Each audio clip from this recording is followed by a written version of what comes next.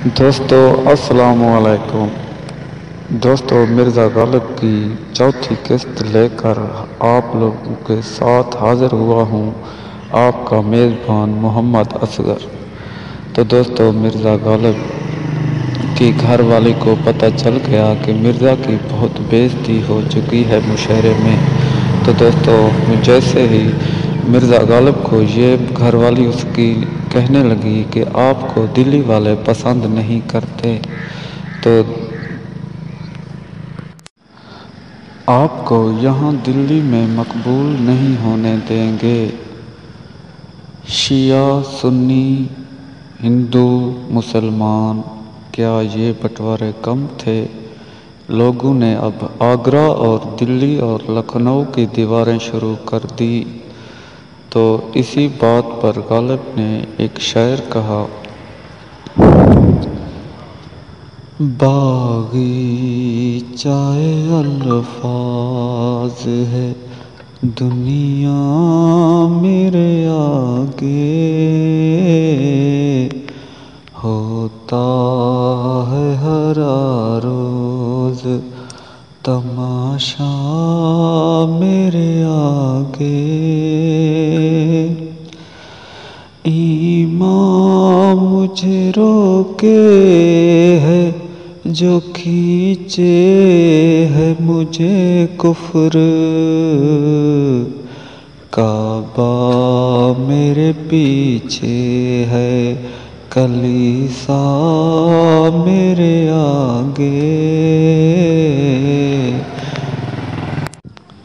ایک دن استاد ذوق کی محفل لگی ہوئی تھی، اس میں ایک غالب کا چاہنے والا بیٹھا تھا۔ ایک اور شخص آیا اس محفل میں، تو اس شخص نے کہا اچھا تو میں چلتا ہوں۔ اس نے کہا کہاں چلے؟ اس نے کہا میں مرزا غالب کے یہاں جا رہا ہوں۔ اس دن بھی وہ مشاعرے سے روٹ کر چلے گئے تھے۔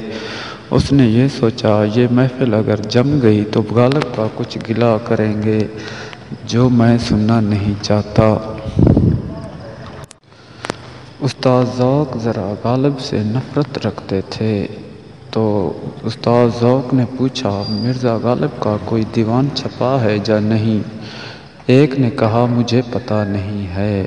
تو دوستو غالب نے اپنا دیوان ایک سے چھپوایا، اور جو مرزا غالب کا دیوان لکھ رہا تھا وہ ایک ایک لفظ پر ہائے ہائے کر رہا تھا۔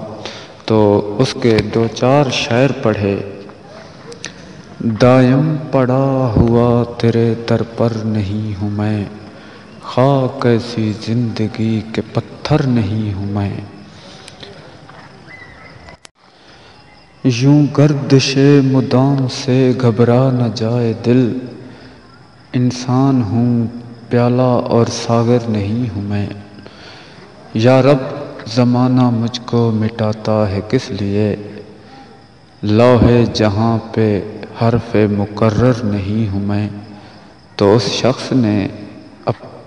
شخص کی بیوی نے اس کو کہا یہ کس کا دیوان لکھ رہے ہو؟ اس شخص بولا کہ اور کس کا لکھ سکتا ہوں، میں مرزا غالب کا ہی دیوان لکھ رہا ہوں۔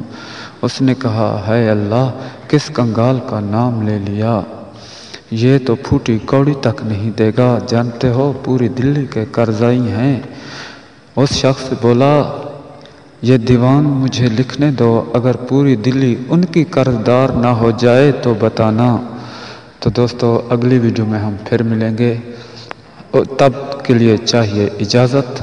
اللہ نگہبان۔